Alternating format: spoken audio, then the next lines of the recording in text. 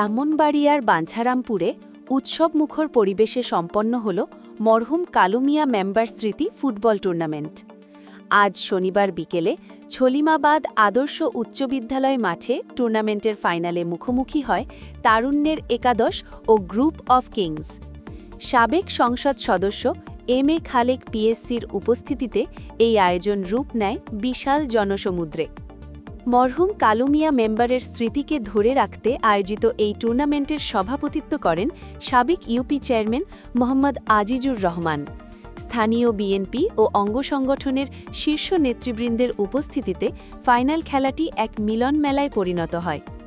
ধারাভাষ্যকার দেলোয়ার হোসেনের কণ্ঠে খেলার প্রতিটি মুহূর্ত হয়ে ওঠে রোমাঞ্চকর। আয়োজকদের মতে তরুণদের মাদক থেকে দূরে রাখতে এবং সুস্থ বিনোদন নিশ্চিতে এমন আয়োজন নিয়মিত হওয়া প্রয়োজন। বাঞ্ছারামপুর থেকে আতিকুর রহমান লিটনের পাঠানো তথ্য ও ভিডিও চিত্রে দৈনিক প্রবাহ নিউজ।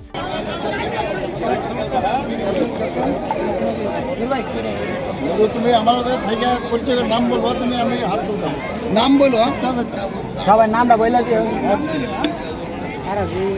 ভালো খেলা দেখতেছি আমরা।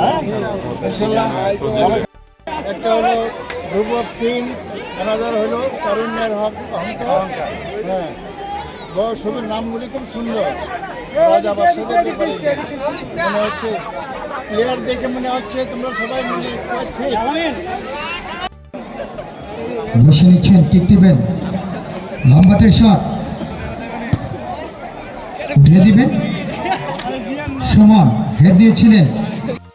Salimabad group of kings counter অ্যাটাকে ঢুকে দিচ্ছেন ওলির উদ্দেশ্যে, দেখানো কিক হেড হয়েছিল, high voltage high voltage high high high high খেলা।